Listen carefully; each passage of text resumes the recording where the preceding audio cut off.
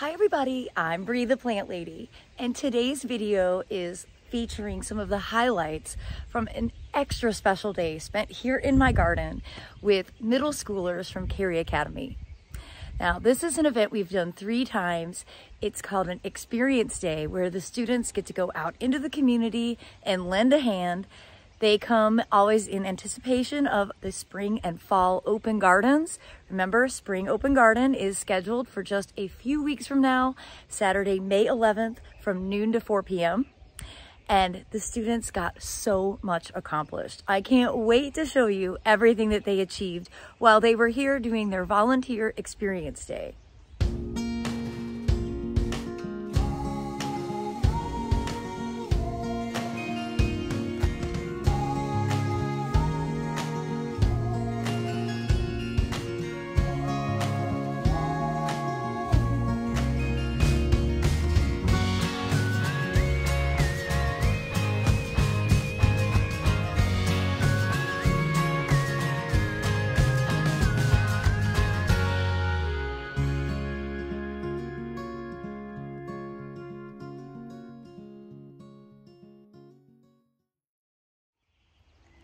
So one of the lessons that we were teaching is all about apical dominance and how when you split apical dominance, you'll get twice as much development.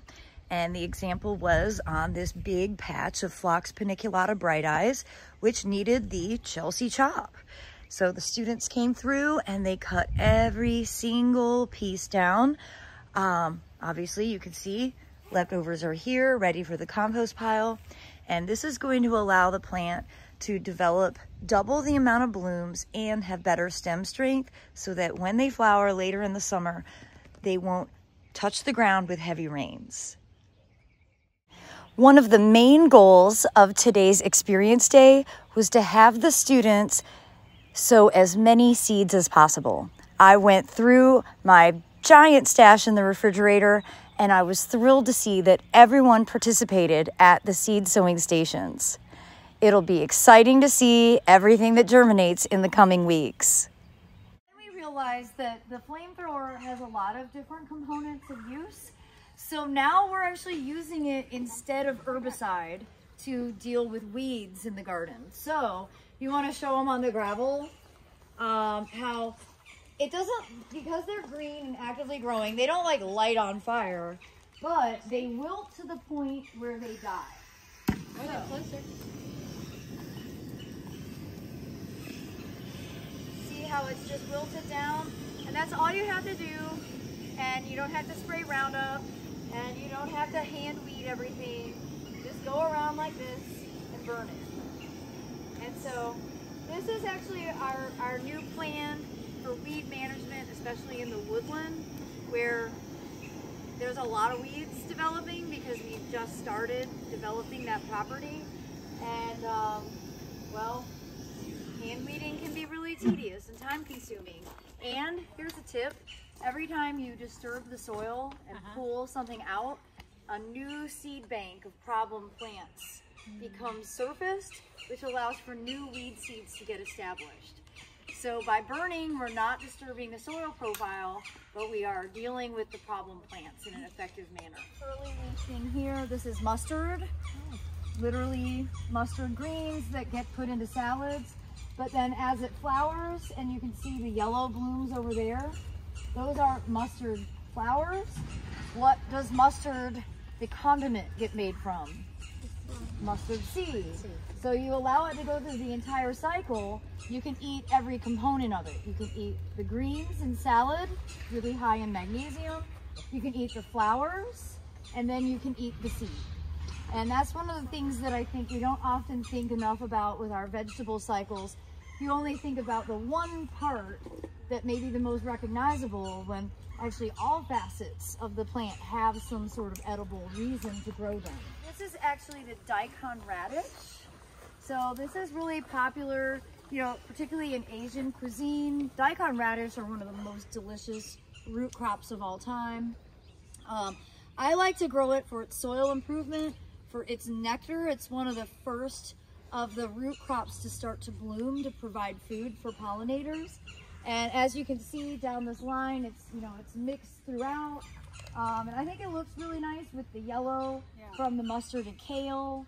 And then as the poppies and bachelor buttons and other things start blooming, it kind of all goes together. These were all direct seeded. This whole border, well, I should say this border, we seeded the middle of November as a demonstration for a class that we were hosting. That whole border, you can see it's a little behind. That got done the middle of February. So we're always experimenting with timing to be able to give the best advice to people. Turns out basically any time is a good time. Even the poppies were sown? Even the poppies were sown in February. Isn't it crazy? And that's because of the soil. The soil has just made such a difference. Having healthy soil makes everything else so much easier. We all need to spend more time creating better soil so that, well, growing plants doesn't hurt so much. She's right here. Oh no, this is elephant garlic. So it's getting ready to bloom, and then we will harvest. We will harvest the bulbs to eat the garlic. Garlic is a really great plant to put along edges because it helps deter animals. Yeah. We have a major animal issue here, especially since the new neighbors moved in and built a fence. The deer that used to get occupied eating that yard no longer go there. They exclusively come here. So we have to be really strategic, and that's actually why there's so much mustard mixed in, because deer and rabbits don't like the flavor of mustard. They also don't like the flavor of arugula. So onions, garlic, mustard, arugula, they all serve as like really important elements for helping deter the deer and to send them to some different neighbor's yard. We're never getting rid of the animals. We're just trying to get them to leave my yard alone.